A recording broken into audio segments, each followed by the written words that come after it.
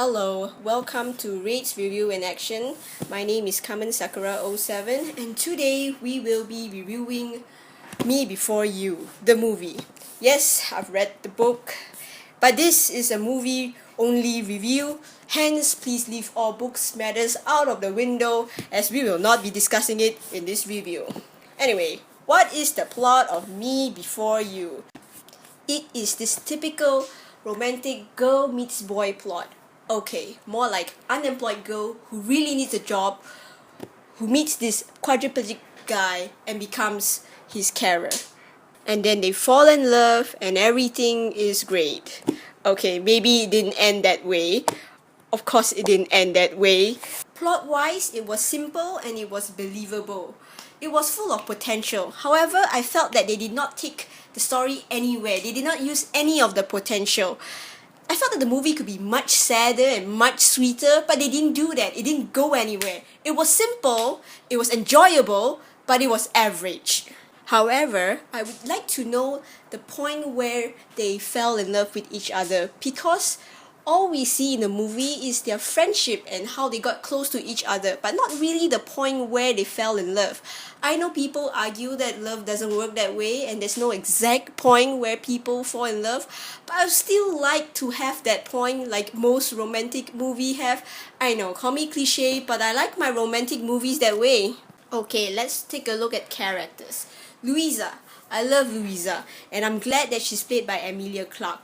But I admit that I had a problem in the beginning because Emilia Clarke is from Game of Thrones and I can't help but see Emilia Clarke as a different character. But she did a great job and I could see her as Louisa.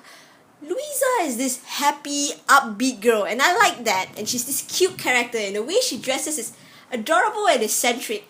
She's a character that is hard to not love. And then we have Will Traynor. His character is a little hard because the discussion of euthanasia has to come up.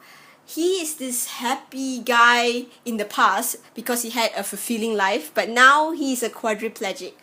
But personally, I can understand Will's decision to want to end his life because nobody likes to suffer. And personally, I also believe that is someone's decision and they have a right to do so. But regarding Will and Louisa, in a way they are good for each other because Will keeps trying to push Louisa to try new things, and I think that's a great thing, and I want that more in love stories.